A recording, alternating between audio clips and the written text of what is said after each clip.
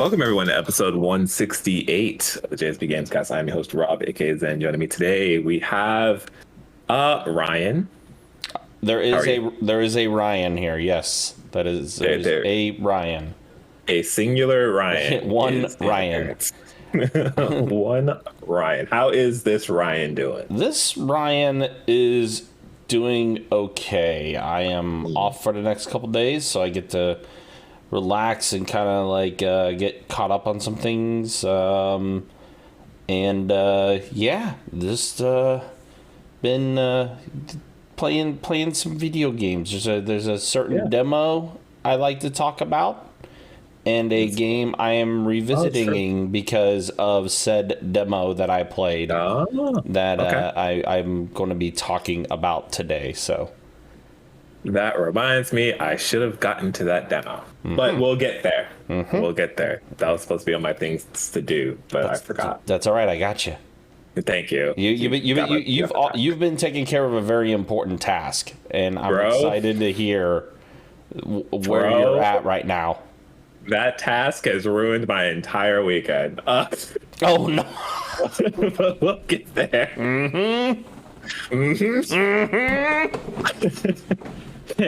And on the other side of me, I do believe I spot a wild Drew. Drew, can you hear me? Is the connection stable?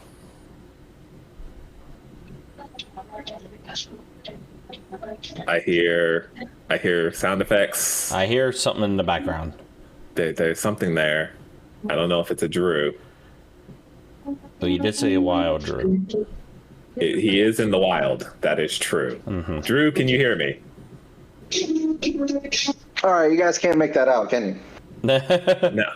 No. It's inaudible noises. Yep. Well, lame. That was Guile's theme. Oh, I see. We were bringing it full circle to pre-recording. Yes. I see. We were, and we almost my did audio just sucks, so the joke is dead. This is why we need to get you a studio I am mic. doing fucking awful. Today sucks. Damn. I understand. Naruto though. With that being said, that statement being declared, Lewis cannot join us today.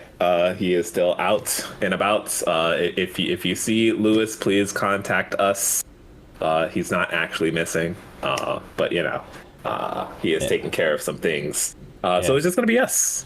It's all right. It's just gonna be and Drew, it's okay. I know things are bad for you, but don't worry. We will be the ones to fill your dark soul with light. Just letting you know. God. Thank you. Yeah, I'm glad that one's still running. I did not see that one coming. I appreciate this. And I nailed it. I nailed it in the first take too. You did. Hell yeah. That's why I'm a pro. That's why I'm a professional. Bro, this is why you run this ship. This is why you are in charge of recording and making sure everything runs. Yeah. Yep. Oh man, we have a really fun show this week. Some interesting games came out. As Ryan alluded to, we do have a demo to talk about. I'm very curious to hear of your impressions. Some quick housekeeping stuff. We did record the JSB Anime Cast this week. This week we focused on Dr. Stone.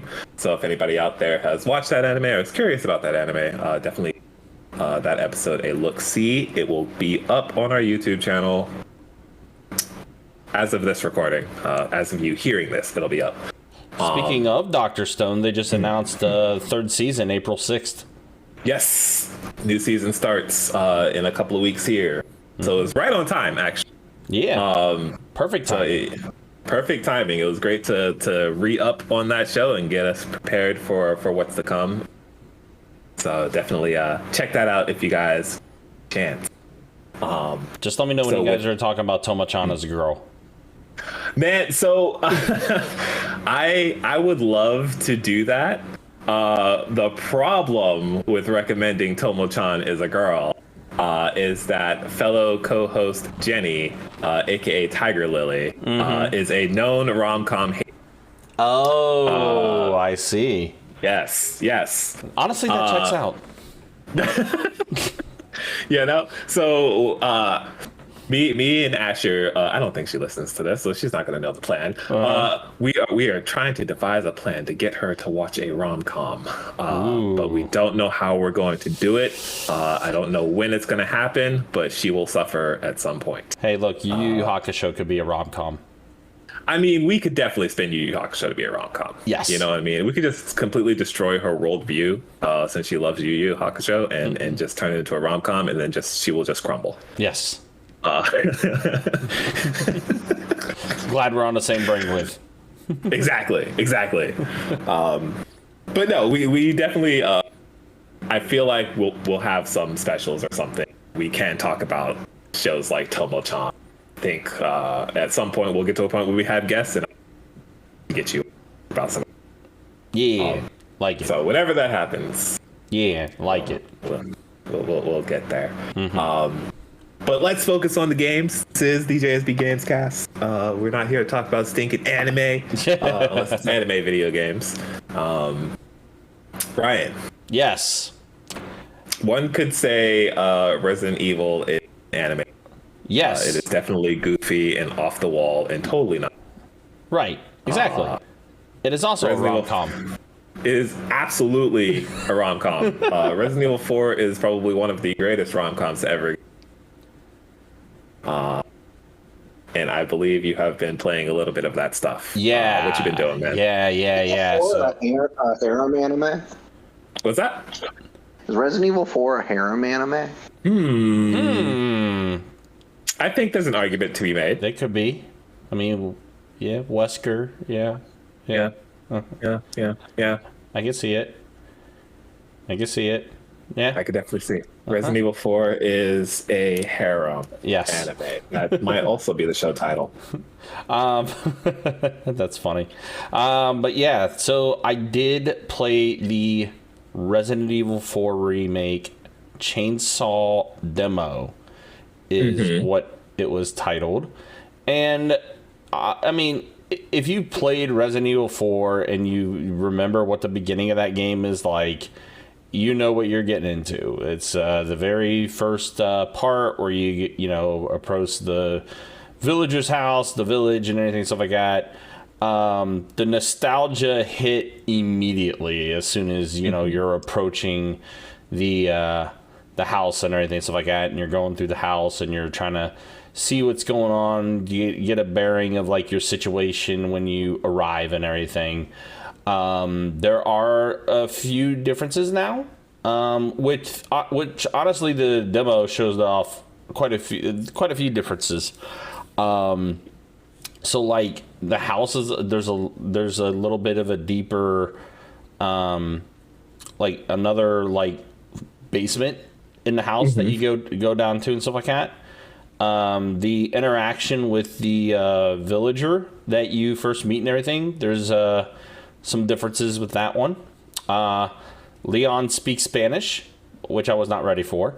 Excuse me, what? Yeah. Not my Leon. Yeah, Leon spoke Spanish, trying to get the villager to understand what he was asking. Okay. And he took all this time to learn a little bit of culture. That he did. Mm-hmm. Okay. But everything is just so fluid with RE4 Remake. Like, I didn't think it was possible for them to enhance the RE engine the way they did with RE4 Remake. And it's interesting because I kind of prelude a little bit. I did hop back into RE2 Remake as well to kind of play through that and everything. And I actually kind of started streaming out a little bit, being like, hey, this is where it all started for Leon. We're getting ready for this, But back to the RE4 Remake. Man, everything just looks so fluid. I did play on PC, was running it at a crisp 120 FPS. Nice. And yeah, it just looks so fluid. Like, this is going to make me feel like I'm playing the best Resident Evil game again. Because like they did everything so well, like just off the demo from the little bit I got to play, where they captured that nostalgia where you're familiar with everything if you played this before, but there are some new things that they introduced that does give the game a new experience in a sense. Mainly the big thing being Leon being able to parry with his knife. Okay. Yeah, so he does have a functional parry function with the knife. Now, I will say you kind of have to manage it a bit because you're going to have to mix in like movement and dodging because durability on the knife. And I was going to ask, is durability still a thing? Yes, durability is still very much a thing with the knife. And like some things that you parry, like the chainsaw, knife knife not quite as durable. but I mean you can still parry things as long as you have the durability with the knife and everything. So the durability, like, it depends on what you're deflecting, basically. Like, some things will take up more durability than others. It's not just a catch-all. Yeah, kind of.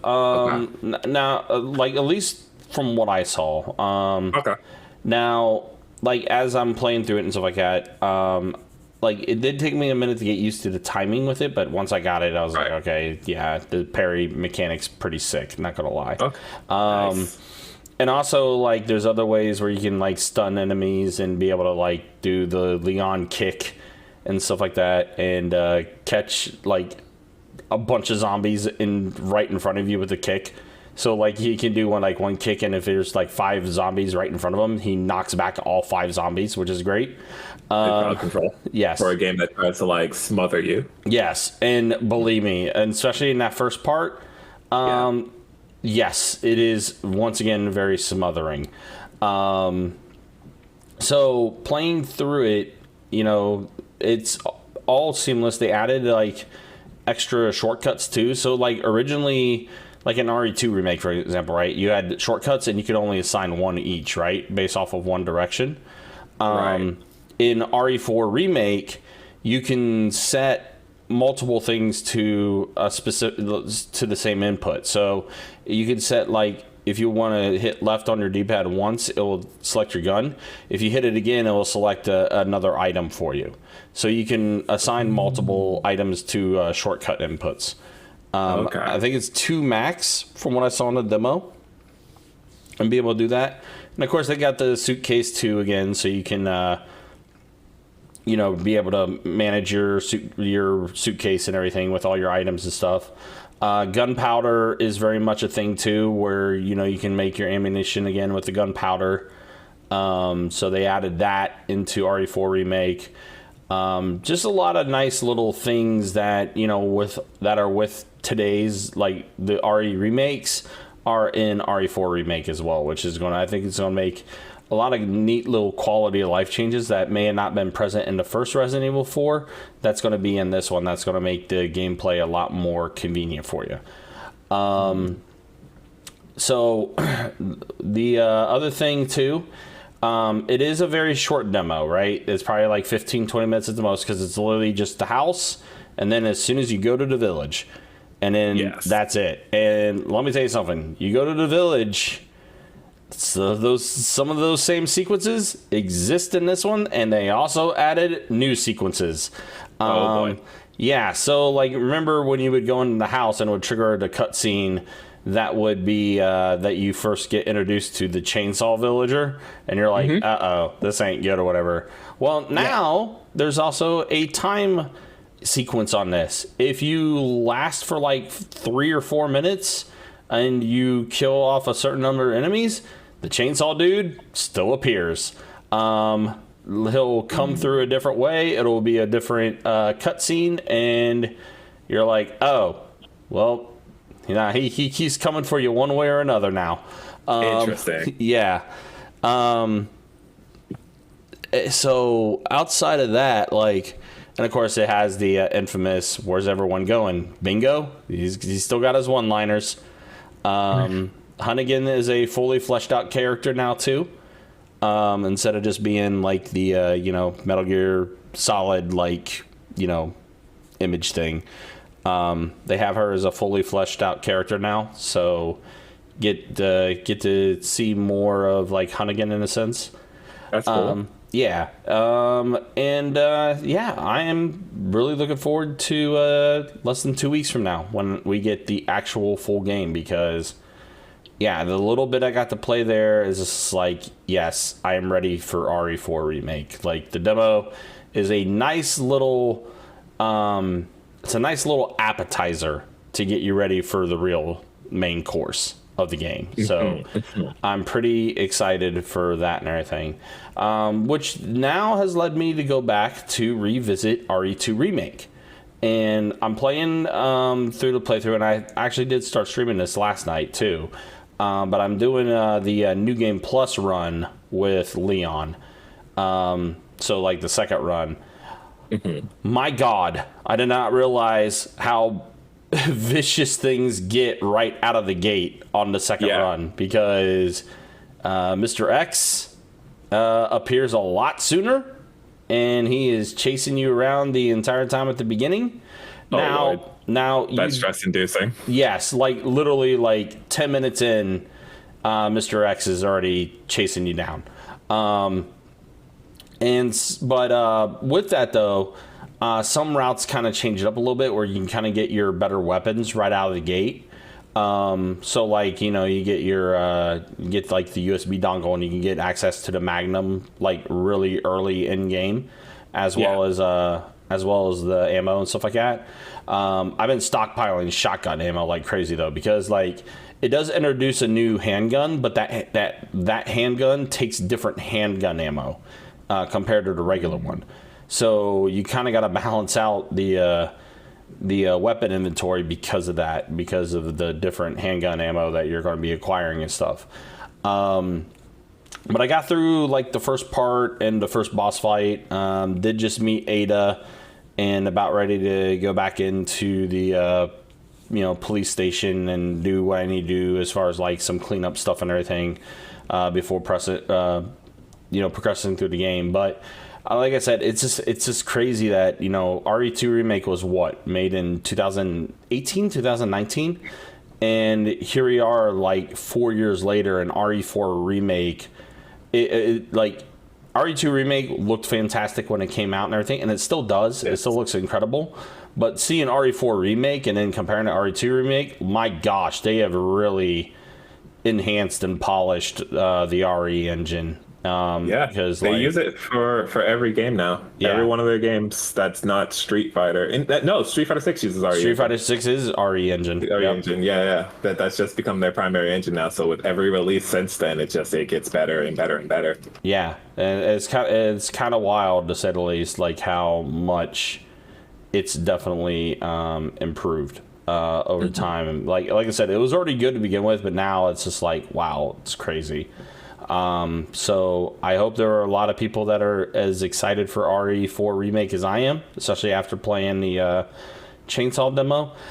You could tell that there was still some demo quirks, though, that you could tell it was very much an in-progress build, because there were some audio cues that were kind of off a little bit, or like, something would just stutter audio-wise, and then, it just would like disappear for a second and then come back. So it's, a couple glitches here and there, and it's not fully optimized for PC. Like I was running kind of like not max quality settings, but like high quality settings, and my GPU was still running very, very high on it. So I feel like it's probably like the final product will be optimized a little bit better when it comes out, because like I'm running max settings with RE2 Remake, for example, and like my GPU is only being used like 60-70% on max settings. So it is a more demanding game. It is, right? Especially if you're trying to run it at like high FPS, right? It's definitely gonna suck up some energy. Which, I mean, again, like I said, I expect it to do that, but it'll probably be optimized a little bit better with the final product once it's actually released. So but yeah, that's basically what I've been doing with just revisiting the Resident Evil stuff, especially with RE4 Remake right around the corner. So pretty excited about that. And yeah, it's gonna be fun. I'm looking forward to it for sure. Yeah, I'm definitely looking forward to it too. Yeah, so the demo's the perfect appetizer. Like I said, it's about 15 minutes long. You could replay that demo as many times as you want to. It doesn't have the time limit like they used to in the past with their demos, where it was like a timed demo, which I thought was like the dumbest thing ever to do that. But like now you could play through it as much as you want. You can get more familiar with the systems and how everything works, get, the parrying down as much as you can. And yeah, just get ready for the experience because it's going to be a fun one for sure. For sure. So I'm gonna try to put some time to that demo. Probably this week. I think I'm gonna finish up some games tonight, and then I can finally play it in peace. Yeah. Speaking of, I'm sorry. Go ahead. Mm-hmm. Oh, I was gonna say, I think I've decided I'm just gonna skip on the demo because I already know I'm gonna buy it. We're so close to the release at this point, so I can definitely see you just doing that too. It's understandable, but yeah. Well, and like the other thing is like I don't want to give myself that sense of longing because I already did that with the Octopath demo, and I just want to have the game in front of me and just play it. But that's why you go back and revisit the other games, and then you refamiliarize That'll be yourself. fire. Like I said, me revisiting RE2 Remake, it's been incredibly fun. Like, especially doing like the new game plus run and everything. So it's like you play it and it gets you just in that RE mood. Yeah, So it's just like, all right, let me spend some time, check out these old ones in preparation for the new one. I could see that too. Yeah. No, and in other words, no wrong answer. There is none.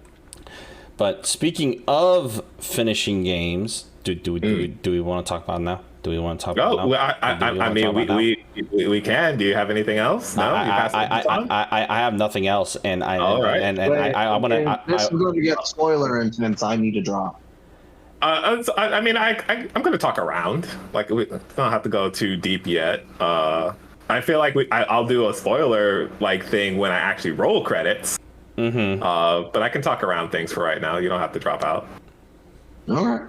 Yeah. Are you planning on playing the Judgment series, Drew? Yeah, absolutely. You better get there. You better. Better. You fucking better. You fucking better. Yeah. Fucking do it. Damn right, you better do it. But yes, so I have progressed in Lost Judgment. I feel like I am pretty much at like the end of this game. I was going through like the achievement list earlier and like stuff, right? And I'm on right now chapter 2, right? So like I feel like I'm like right there. Wait, which chapter are you at? 12. Oh yeah. You got like I think you got like I'm right there. Yeah. You're close. Yes. The achievement list has told me I am close. Yes, you are close. I just got there probably like 30 minutes before we started recording. Man,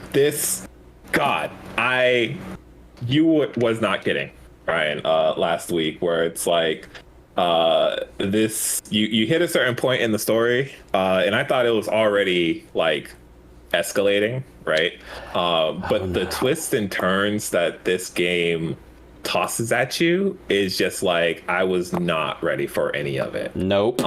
In every twist, like I feel like every other chapter, if not every chapter, just an element to this overall story, and it's just like, how does this get like? How do my brain is just exploding. Like, how is this getting more and more insane and intense? Like the amount of layers. Yes, that's the word. That's the key word. This isn't your 7-layer burrito. This is like your 330 layer burrito. It is like the amount of layers in this story is deep, and the more that you try to like peel back this onion, right? It just gets deeper and deeper and deeper, and it's not a case of like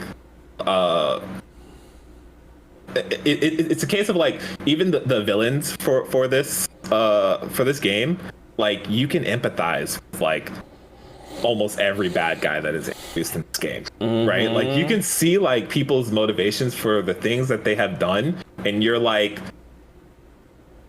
I get it.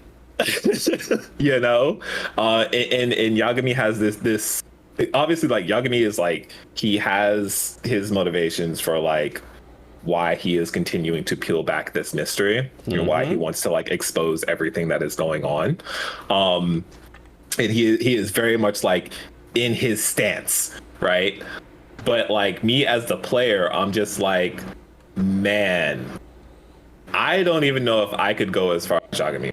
Yeah. Like there's some truth in like there's definitely some parts where I'm like, man, maybe we should just like back off this case, because I don't necessarily think, like, I get that these people are wrong, but at the same time they're kind of right.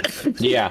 Right? It's the ultimate test of like, yes, where you as the person that's seeing this whole thing develop outside looking in, right? Yeah, it's it's very much the, okay, this is going to test my moral stance on things compared to others, because you're right, there are so many different things that you're just like, like it feels bad. It's bad, but it's just like, but is there a better way? Is there a better way? Yeah. Like, is there a different, could any of these characters have done anything else? Right. Like when I put myself in like some of these characters' shoes, I'm like, I might have just done the same thing. Right? Like I can see how someone would do this and how we get there. And I also want to praise the game for like having such like a well thought out plan on how everything is executed. Yes. Right? Because like the way that like they take all these different scenarios and they merge them all together, seemingly like unrelated things, right? But like all these puzzle pieces start forming the bigger picture, and like there's threads that link everything together, and as you learn that stuff, you're like, how did they do this? How did they plan this game out? So it's not just that though. It's the fact that there are instances that happen that are direct parallels to what Yagami battled in the first game. Yes. And that's why I said like a lot of this is something will happen, and I know you already crossed this part, but I'm not going to go into detail with it. There's instances that happen that you're like, holy shit, this is exactly what this parallel in this game is a drawn parallel to the previous game. Yes, and 100%. And in the previous game, Yagami was afraid to face it. Yagami was afraid to tackle it. Now, in this game, he's determined. He's sticking to what he believes, and that's why he's continuing to do what he does. And he is not backing down. Correct. He will not back down. And it is such a fascinating like look at where this character is now versus like what the first game and where this all started. And I am blown away. Yeah. You were saying? I was about to say, I was like, just like last week, I told you, once you meet Selma, that's when things get interesting. Yeah. Like that. It gets super fascinating. I'm just, I am like at a loss for words in a lot of ways. Speaking of onions. Speaking of onions, like it just continuously impresses me. Like the further I get into this game, and when I started this game, I wasn't quite sure where I was going to like place it. Right, because I do love the first story of Judgment, and then like Yakuza 7 is one of the best stories that they've done, and I have a very soft spot for Yakuza 0 as well. Like those are definitely like my top 3. Yep. Right, and in any given day, it could be any one of those being like my for studio and for like games in. obviously. They're super high quality games, storytelling. And like, I wasn't sure where Lost Judgment was going to fall because like I was enjoying it, I'm really digging it. But now that I've come this far, it definitely like cracks that tier. Yeah. And I'm like, maybe this is actually the best.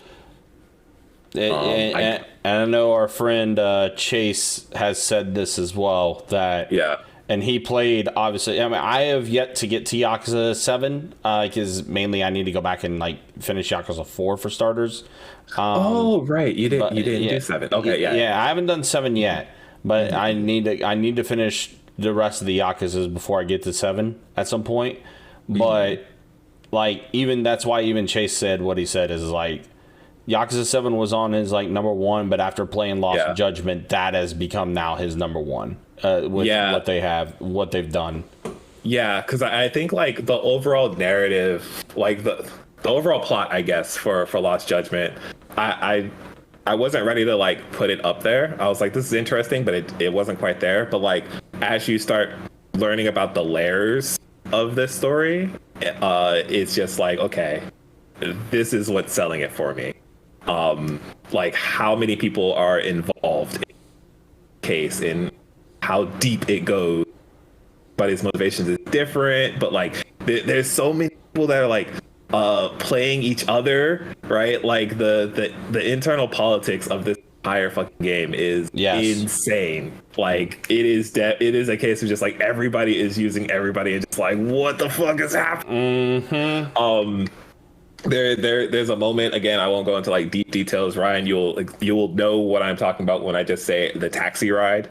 Is like that was the moment. Like I did that today, and I immediately like sent a message to Chase, and I'm just like, the taxi ride, this shit is fucking fire. Like like this is it. Like this is everything I fucking crave in a story. As we're piecing back the mystery and getting more details in how different people were involved, and I'm just like, and it's just like a 10 to 15 minute sequence of just like a conversation that's happened. It's not like a big action sequence or anything. It is just a conversation between Yagami and Blank. And I'm just like, I am so enthralled by just like these words being spoken. Just everything that was happening in that entire thing, and it's just like it just unpeeling everything. Like I'm trying to make sure I don't spoil this because like you said, that's a very important part. And is that where you stopped, or did you? No, I'm a little further than that. Okay, so what happens after that taxi ride, like, just further exacerbates everything. With, another keyword I'll drop is like the cabaret club. Yes. I'm right after that. Oh, okay. Yes. So that's where I stopped, and I'm like, oh, we have to record, and now I'm like, we need to finish recording so I can play that game.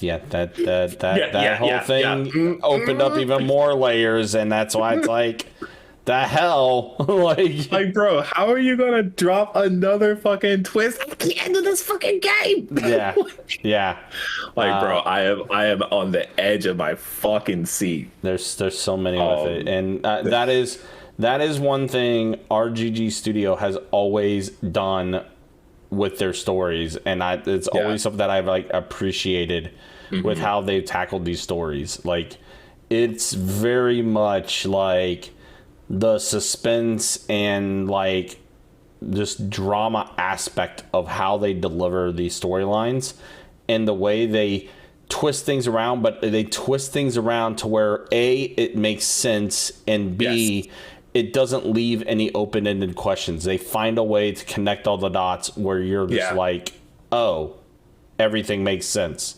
You don't have any further questions because it just all ties together so well. Yes, exactly. 100%.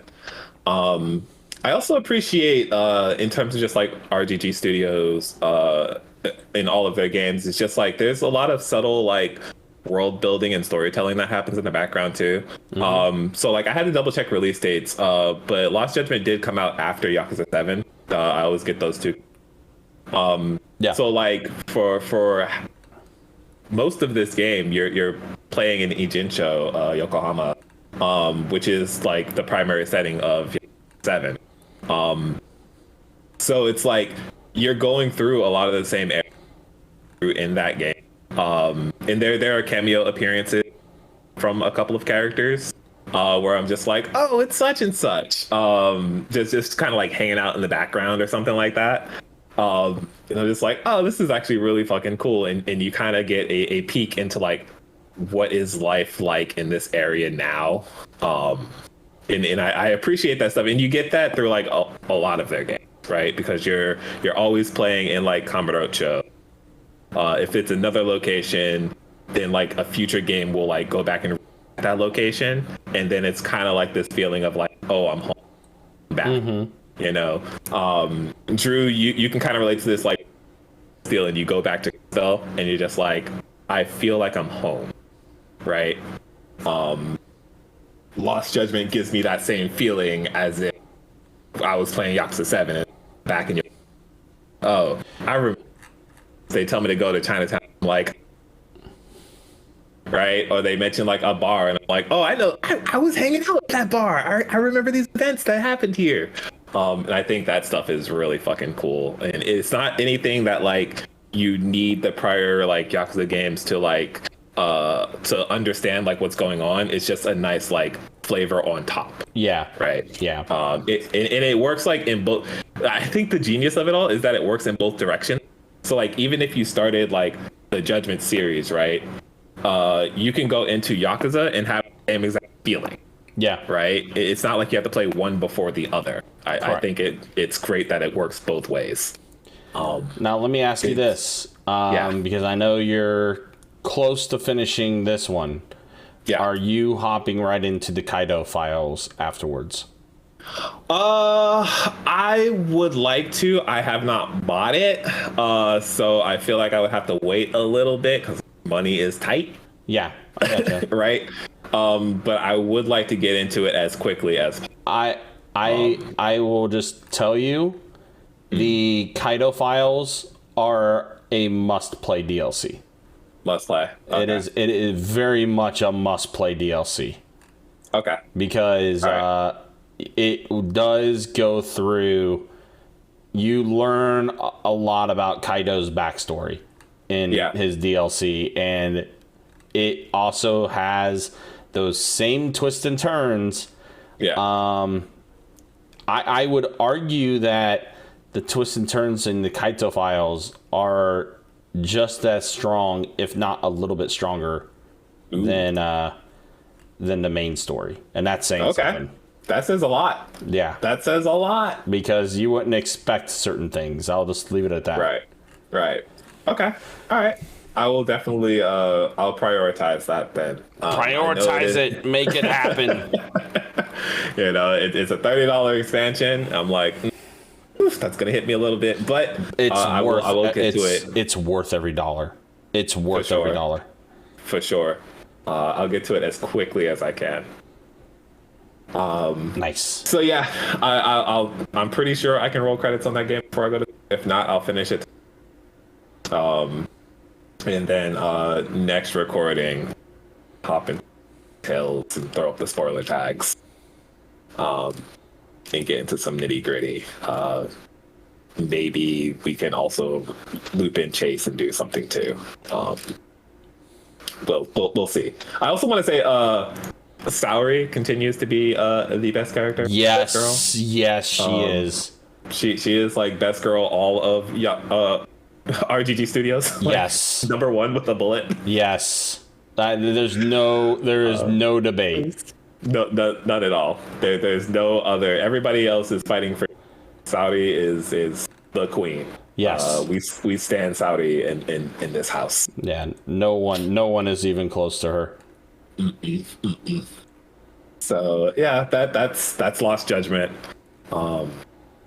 I would also like to take some time after I do some more more of the side stuff, like I going through storyline. Because I feel like after a certain point in the story, I did the thing that I normally were main line. So I do have a gap in some of the side cases, but I'll definitely go back to finish at least the Mystery Club stuff. Yes. And I'm kind of invested in the dance troupe stuff too because I like rhythm games. Yeah, it's a nice little touch since they can't do the karaoke stuff. Karaoke, yeah. So it was a nice little alternative to do that. For sure. So that's that. I been playing anything else? I've put more time into Wulong Fallen Dynasty. I don't think I started it last time we talked. Did I? No, I had talked about it. Talked about what I was doing so far with it, but I don't think you had started yet. Okay, gotcha. So I did start that. One thing I want to shout out, and I think we shouted it out last time as well, but I'm going to hammer it in again. Shout out to this team for doing black hairstyles properly. Yes. Like the dreads option, the afro options, they look fan-fucking-tastic. Like even when it comes to like dyeing the hair and like knowing like how to color that stuff properly, they just nailed it. I don't know what kind of research they have done, but whatever they're doing, like keep that up. Like they definitely by far have like one of the best character creators in the business. As far as like the game goes, I am in like a weird spot with baseline. I want to just like set the record. I do like this. I enjoy this game. I think it's a great action game. Sure. There are things about it that I'm like, I wish there was more. So like it is definitely like a much more than Neo 2, right? Like they peel back a lot of the system. Like all of these weapons, every weapon doesn't have like 3 moves, right? In the same way that Neo 2 does, which is great. Just kind of like focus on like this single thing and doesn't feel overwhelming, right? Mm-hmm. But also, I feel like I kind of just want more out of these movesets. Like they almost feel a little too, like streamlined or too generic. Sure. So it's a weird feeling with that. And I don't know how I feel about like the parrying stuff. Only because all the boss fights, like no matter what weapon you're using, I feel like all the boss fights kind of feel the same because it's centered around parrying. Sure. Right? Yeah. So it's like if I'm using a hammer versus a great axe versus like the Naginata, which is that I'm like rotating around. It's like all the boss fights feel the same doing parrying. And I don't feel like there's like a ton of that space as far as where I am now, which is only like 6 stages in. Like I don't know how much more that opens up, or if boss kind of like test you in different ways. I don't know yet.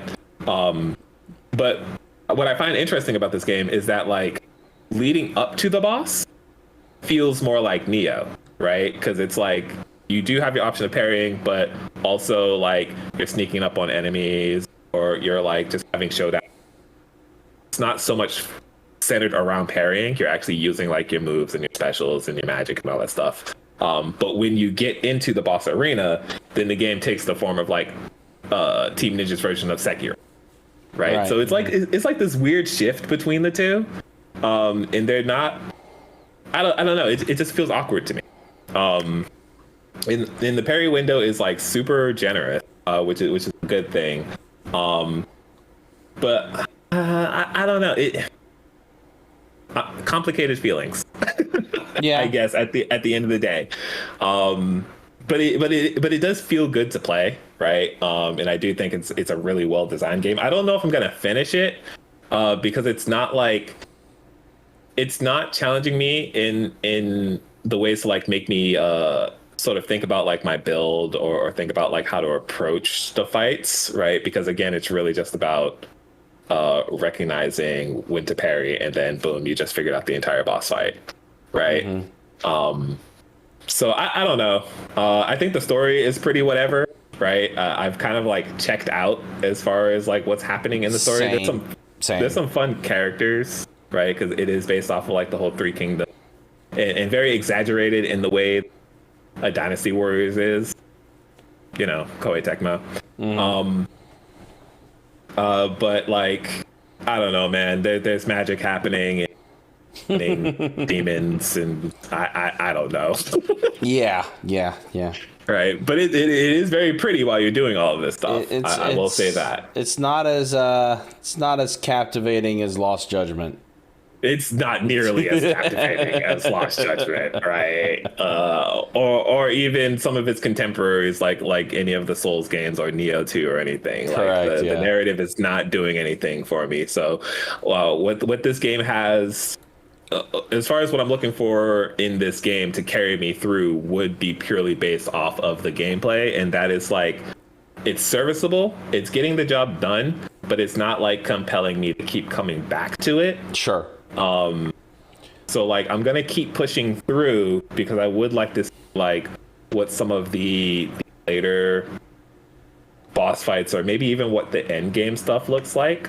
Because I did see a tweet from like Travis, who mentioned like towards the end, or towards like some of that end, kind of forcing him to like play a little bit differently instead of things like game.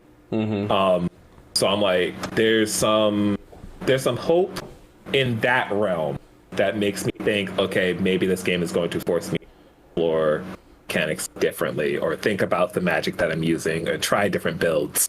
And maybe just like the main scenario path is just meant to be like this sort of cruise control type thing. Right. So yeah, I don't know. It's a great game though. At the end of the day, I do think it is a great game from these guys. It still feels like a good action game. It just might not be for me personally. But yeah, did you get any further in it? Have you put any more time into it? Not really. No, I mean, I did make a little more progress in the on the third stage, but I started kind of feeling the things that you were talking about. And I was kind of like, RE4 demo's out now. Let me play that. Right.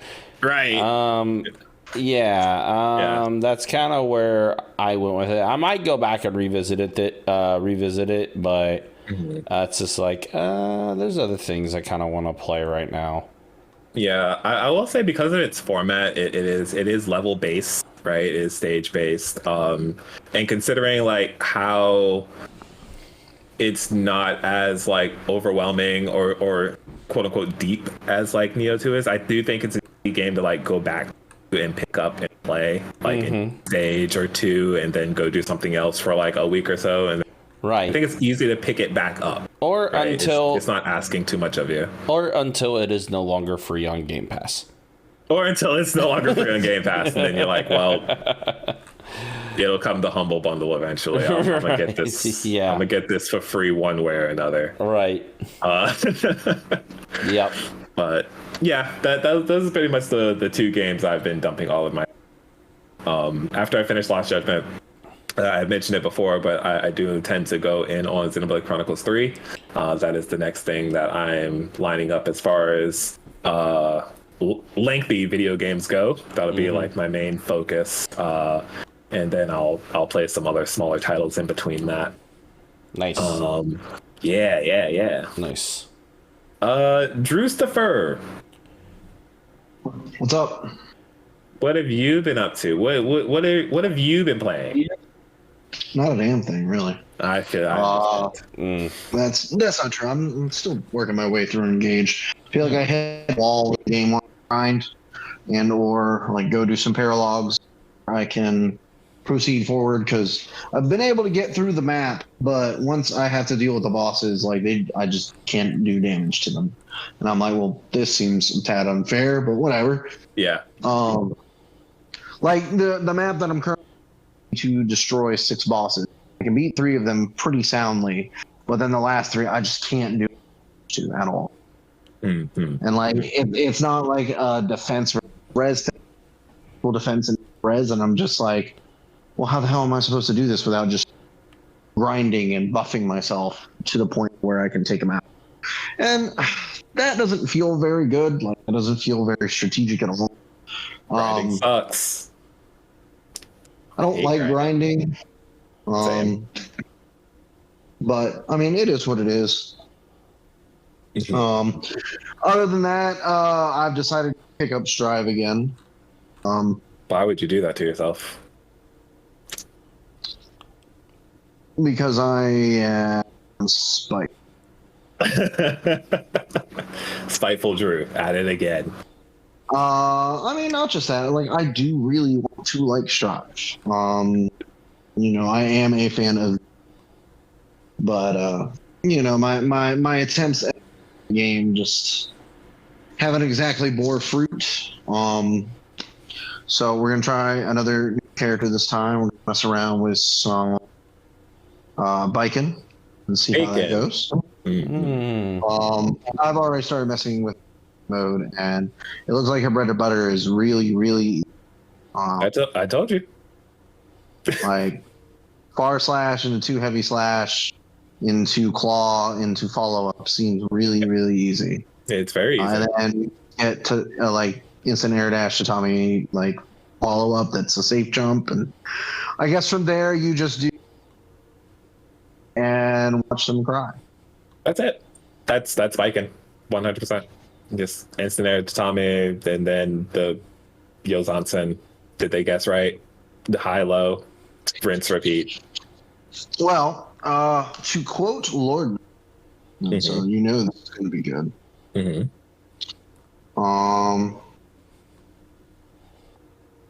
Silence. Damn, that's a hell of a quote. I know, right? I gotta find the tweet. Relax, bro. Okay, spitting facts over here. Silence. I mean, hey, sometimes silence is the loudest noise. Deep. I like how Lord Knight already has a matchup chart. Oh, absolutely. I watch his vids on that stuff. Very, very fascinating, actually. Highly recommend. Very well thought out.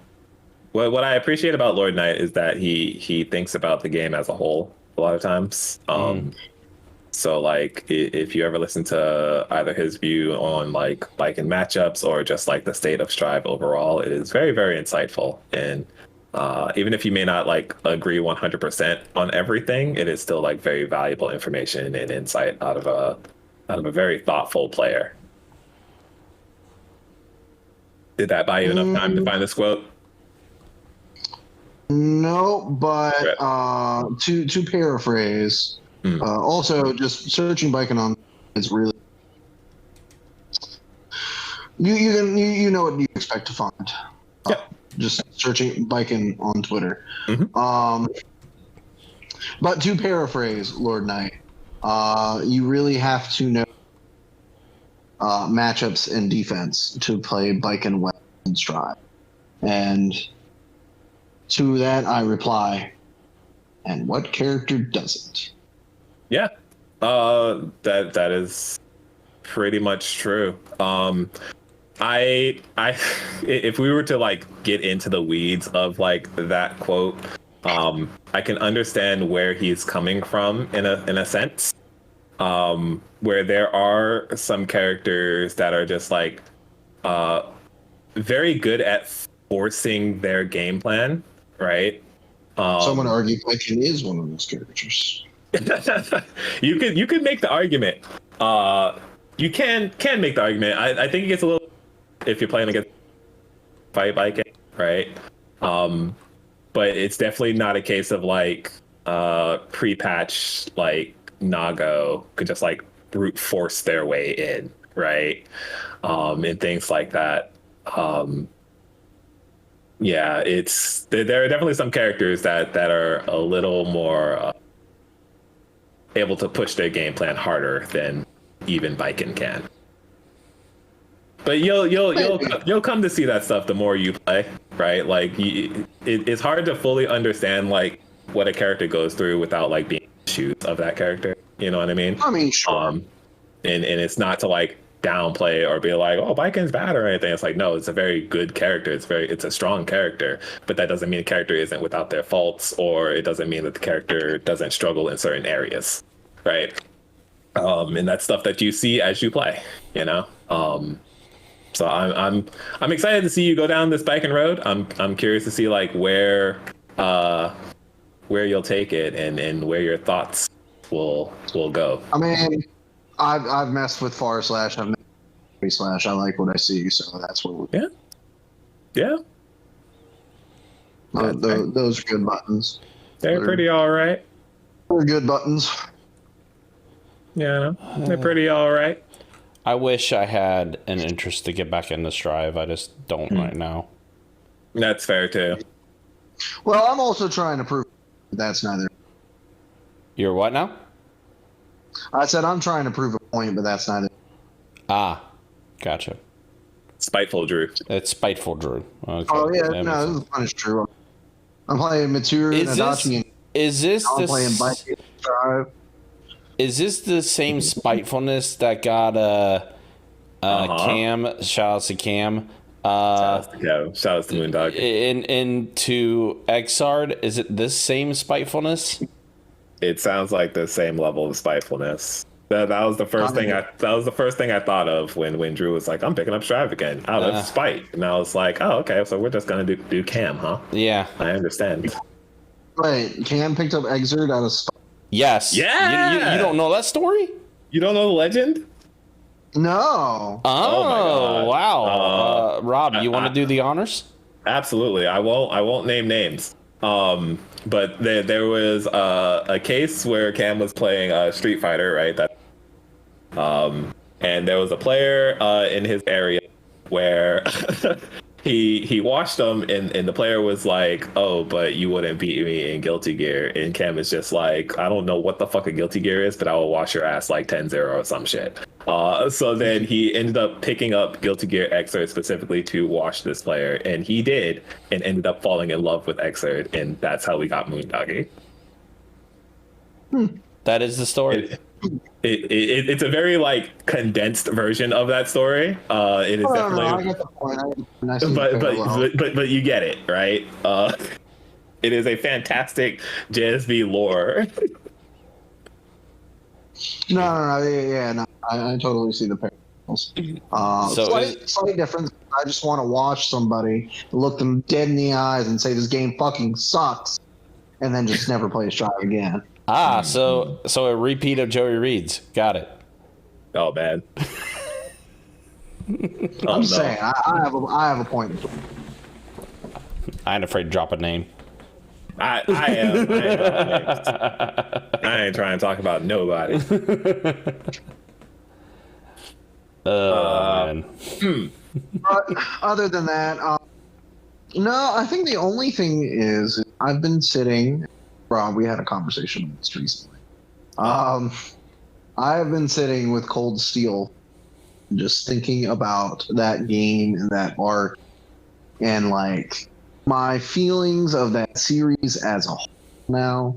Yeah. I don't know. It's very hard. Like, okay, we've all had series that we play. Like favorite series that we gravitate to. And you know, it's not unlikely that there are going to be a game or two in said series that you might not be a fan of. Speak for yourself. I played Legend of Dragoons, and there's only one game in that series, and that don't have to worry about ever a bad game being in that one. Yeah, just wait till they make a sequel. 24 years later. Bro, wait till it happens. All right, it's gonna be made by like some random fucking team. It's gonna be awful. Oh, You'll no. understand how we feel. Oh no, CyberConnect's gonna have a hold of it. Fuck. Oh boy, it's gonna be an arena fighter. But anyway, my point being is typically in a series like that, like the games are not interconnected. They're not. They're everything is typically standalone. So like Trails is unique is that even if they improve from here on out, which word is that they do, we're still left with like this idea that like this part of the story was just not good. Mm-hmm. Or just not up to what we wanted. And it's interesting because like now that I've like the Cold Steel arc, I've dug into like some opinions about, you know, that arc and like what some voices within like the fan community have like said. I've listened to like some retrospectives, and I actually have listened to some retrospectives about like Cold Steel's development, like why it is. Specifically like with the bonding event. So I have this weird echo. Do you guys hear it? Nope. Not really. No, I have no echo. Weird. Like I keep hearing myself in the background. It might be something in your headphone settings that might be echoing, but like there's no echo coming across the recording or anything like that. Okay.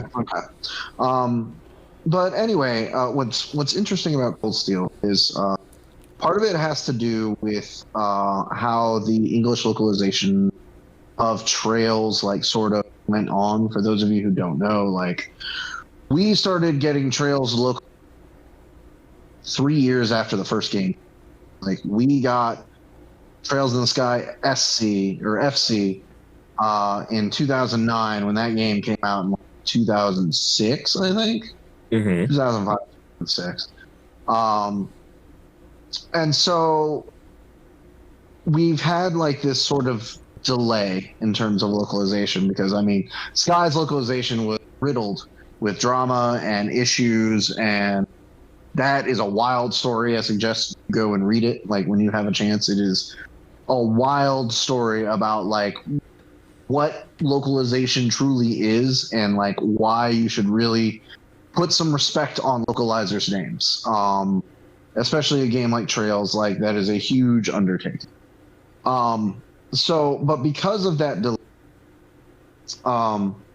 we didn't get the cross belt for basically 10 years. Mm-hmm. Like those games came out in like 2010, 2011 Japan. We didn't get them until we got Zero last year, and we're getting OW in like 3 days. So Cold Steel was developed in mind of, hey, this is a really good starting point for new players. That's what we want this to be. Toshihiro Kondo has said it himself. He developed Cold Steel with new players in mind. You have a younger generation coming. I mean, Rob, you and I have pretty much surmised that. Like, it's directed toward a more younger generation. Yep. What's that? No, I was agreeing. I was saying, yep, that's accurate. Mm-hmm. So Cold Steel is designed with newer players in mind, and Kondo's ideal was we don't want like it's very, what's the word I'm looking for? It's somewhat isolating to tell somebody, well, if you really want to enjoy these games, you have to go and play this game that came out like 10 years ago and start there. And then you can finally check out this game that you think looks cool. Yeah. So like Cold Steel's sort of design is like, okay, we need to be able to balance like new players coming in. And then if new players want to, they can go and check out the old games. But we also have to balance like being older fan, like veteran fans sort of happy with continuing the story since the first game came out.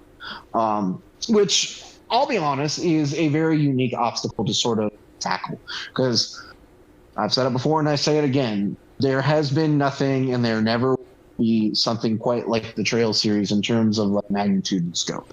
Mm-hmm. At least possibly within time. I don't think other studios are brave enough to try that. And it's Falcom sort of like it's their magnum opus, as it were. Like it's what they do. They're what's that? I was gonna say, I think the only thing that comes close to that, like just thinking about it, would be RGG Studios with Yakuza and Judgment. Mm-hmm. It's a little different because they're not building towards like they're not having like one plot over the course of like 10 games, right? but it is a case of like each game builds upon the plot of the previous one. You know what I mean? Like Right. there is like a thread where I could say kind of comparable, right? But you are correct within there is what they are trying to accomplish. And what's interesting is like, so trying to continue while trying to introduce new or like get new players into your Trails as a flagship for Falcon. And honestly, as a company, it would be really bad if your flagship series only sold to people who played a game that came out 10 years ago. Mm-hmm. So like I get it. And so with that in mind, like the design philosophy around Trails was like, hey, if it ain't broke, don't fix it. But at the same time, we also need to evolve in the times. And so they'll do like small changes. And you kind of see that over the course of like Sky into Crossbell, and then like Crossbell into Cold Steel is like the biggest sort of jump, because that's when Falcom makes their first foray into 3D. They revamp the court system entirely. Sped up in terms to keep the action flow going. And so, like, they kind of just stuck to their guns there. And I'm not sure if Con really considered the fact that was going to happen, because Cold Steel's sort of length and scope really points out the flaws of Trails, which really worked to Sky's and Crossbell's benefit, like we were discussing. In Trails and in Crossbell, over the course, like even though like Trails is 3 or Sky is 3 games and Crossbell is 2 games, like the stories that are, well, actually that's not even entirely true. The stories of like FC and SC is like one large story. Mm-hmm. But what's very interesting about that story is like the first game and second game, you're fighting 2 completely different like enemies or forces, or like you're meeting new characters. And in Crossbell it's sort of the same, where like Zero has like its own sort of plot and like antagonists, and then Ow has its own set of plot and antagonists, even though like they're one piece of story. And like Cold Steel tries to do the same in the 2 arcs, where you have like the young arc and like the older arc. But the problem is they have these same characters in every single game. And in every single game, you fight these characters, you encounter these characters to the point where it has lost all meaning. Mm-hmm. And like it really begs the question of, did Cold Steel like need to be like Kondo has stated that he wanted because Erebonian is such a large nation and has such a large Trails of story, he wanted to make sure that he was able to scope of such a large like country and environment and its people, that. But I feel like that was a little bit, not entirely sure that everything was thoroughly thought out for this arc. Mm-hmm. And like I appreciate what to do, but I think in some spots it falls flat. There is some good things there, but ultimately, like within the narrative and in like its term or its choice of like plots, like plot advancements and like twists and pretty much all of this, like it falls flat in like a lot of places, especially by the end.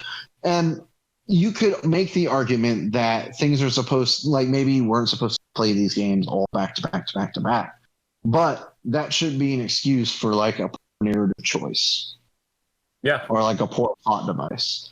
I think is ultimately where I'm landing on that.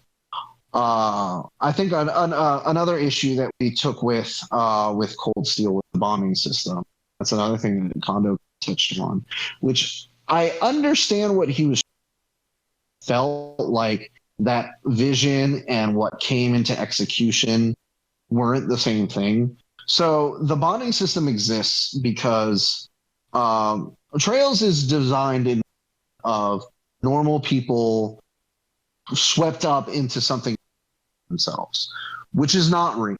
By the end of Cold Steel's story, that's not Reen at all. Reen is anything but just an ordinary person.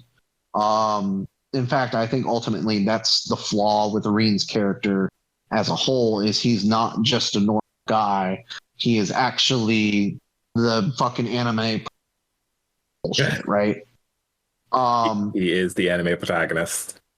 Yes, he is the most anime protagonist within the trail series. Mm-hmm. So the bond with that idea in mind, the bonding system is in mind or is designed in mind with over the course of that are happening within Reen's life. It's to give Reen the option of choices and therefore the player like have some sort of bearing with these choices. The problem with that is those real choices don't really do anything. And a lot of them are really just, hey, I want to date this character. Yep. Which again led to like weaker character development and like sort of a strangleholding a lot of character arcs. In fact, one fan pointed out that what's really unfair about Cold Steel, and actually you pointed out too, is like because everything is so protagonist, like the bonding system forces the story to be a very protagonist centric story that you don't really see relationships with other characters develop, but the game acts like those relationships develop anyway without proving it. Mm-hmm. Which is not true in earlier games where you see these relationships. Like you see, the sort of flirting between Olivier and Shara and Sky. You see like the sort of relationship, like the brother and sister relationship of like Agate and Tita sort of like grow, and you see these characters like constantly interact with each other on screen. Those games can exist without your primary protagonist, right? Those characters does exist without the protagonist in play, right? You can have scenes without Lloyd, right? And everything feels natural and you can see that. And the same thing if you remove Estelle and Joshua, like you see these characters interact with one another, you see how their relationships are different between each one, right? Both romantically or platonically. There is growth between whole and just being centered around Estelle. Yes. And like the Crossbow games are somewhat guilty about it, but they still do a good job of like sort of doing both.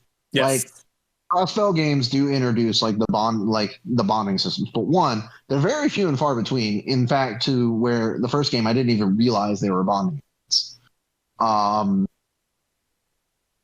And like in the second game, it's a bit more apparent, but you still see relationships develop between other characters that it doesn't feel like the game is all about.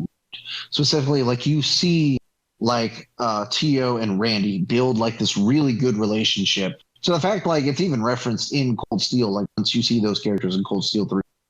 Yeah. Where they are paired together and like they have like a good, bond between each other. And like that was developed without and that's what like natural character growth feels like.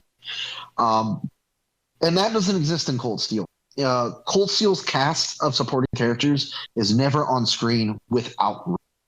Outside of like a cutscene that involves one of the antagonists, and they are having a conversation to like give the player information that the protagonists don't know, which is a narrative device. I don't understand why they do that, but whatever. But like you never see any of Class 7 like without Reen. And that is the OG Class 7. And the new Class 7, except the beginning of Cold Steel 4. And what did we say when we were playing through the beginning of this part is so good. Yeah. It's so good because Reen is not here and we can actually see these characters like do something without him. We can see them exist without Reen and that they're actual characters. Yes. And I wish they took that further. Right. I do too. But yeah, it's arguably one of the best parts of that entire game. Yep. and so like that bonding system like really hinders Cold Steel from like being what it could potentially be. I mean, there's a lot of problems. There's like a lot of writing and story choices that Falcom went with that I don't understand what they were thinking. When the more I think about like the choices that they made, and I won't go into spoilers. I'll save it for the spoiler cast. Because we're gonna be starting to air those next. But some of the narrative decisions that they chose to go, just like this doesn't make any sense. This reads like something I would write in high school. It is very, very typical anime shonen plotline. And I don't understand where this decline came from. But like part of that is probably because it's aimed at a younger generation. Like Cold Steel is designed in mind for bringing in new players, and maybe that is what appeals to a younger generation. I think that there's a better way of doing that without like sacrificing the quality of your writing. Like you can still appeal to a younger generation. And I'll go in more depth to that on the spoiler cast, but like these are the feelings that I've just been sort of sitting with the past 2 months, and like it made me think about how I do Trails as a whole. Because I mean, before Cold Steel, I would be sitting here shilling this series out to anybody who would listen. That is my shtick. I am the Falcon master. I am the fucking crazy guy trying to get you to buy like $10 Steam games. And like it really made me think like the series. And Cold Steel doesn't necessarily take away previous games because the previous games have such narratives. It does kind of hurt some of the plot building that those games did to get to where we are now. Because like you wonder where the story's going, and then like when you finally get there, wish they didn't do that. And then you end up saying that a lot because you're playing Steel 4. But like I can still hear like the title screen come on, my eyes will start to well up because that game is very special to me. And I don't think like any sort of hindrance caused by Cold Steel is going to change that. Like I still love the games, and you know I'll still say it. There are things in Cold Steel that are good. However, it's coming to like the forefront of my mind that the bad of those games are starting to outweigh the good, which is unfortunate.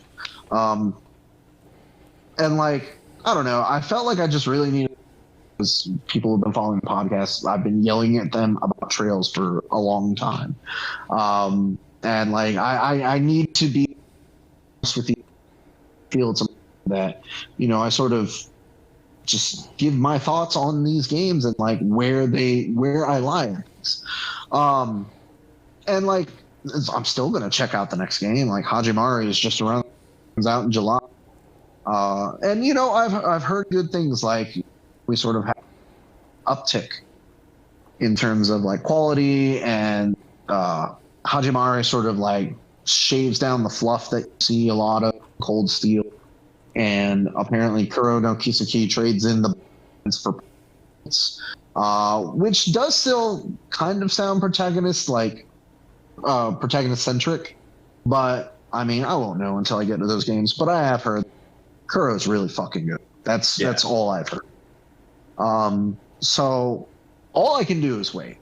And I can try to make sure that like, despite my disappointment in Cold Steel, I think that's ultimately where my opinions fall. It doesn't affect my thoughts of the earlier games that I love so much and still urge people to play. I really do. And it doesn't affect my opinion of games that are coming out, especially knowing that there are people who have already played them. Like, yeah, don't worry, guys, we're eating good again. And like, there are people that like Cold Steel, and if you're one of those, that's fine. I get it. or as Rob would say, you're allowed to have wrong opinions. I never said that. But okay. But no, like if you love Cold Steel, cool, I get it. I'm glad that you get something out of those games that I can't. And like ultimately, that's really what it comes down to. Is like it's all a matter of taste. It's all a matter of perspective. Cold Steel 4, Cold Steel as a whole, just did not have what I was in. It did not have the conclusion that I wanted, but I think that's okay.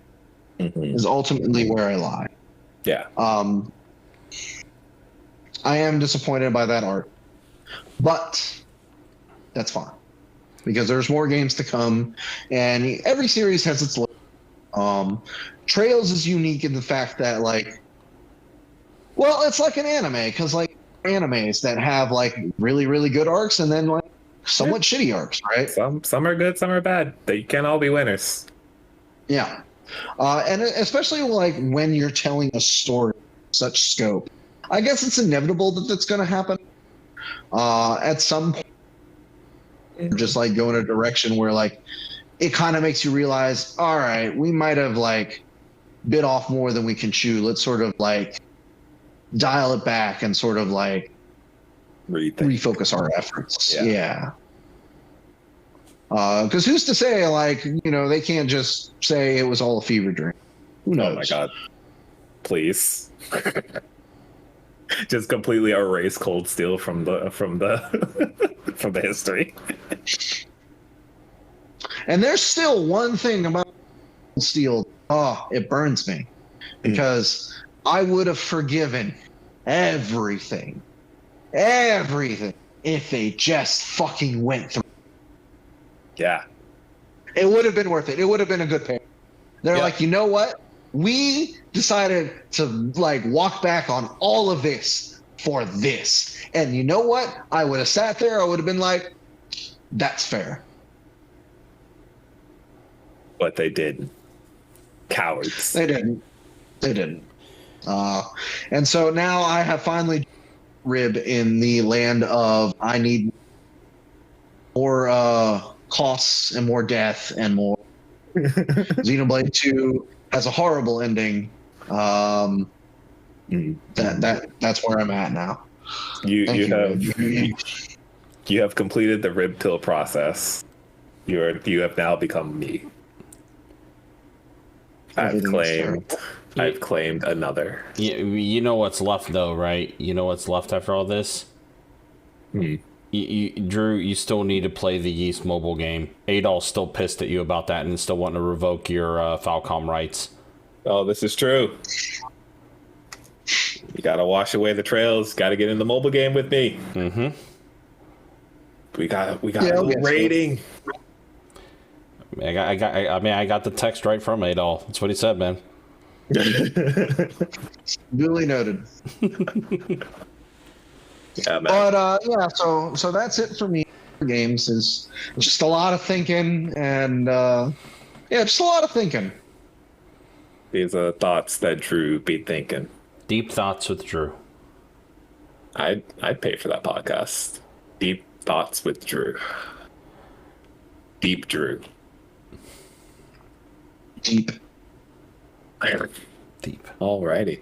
Well then, that was a pretty good summary of how Cold Steel is sort of settled between both of us. I think you did a good job of laying out my thoughts as well.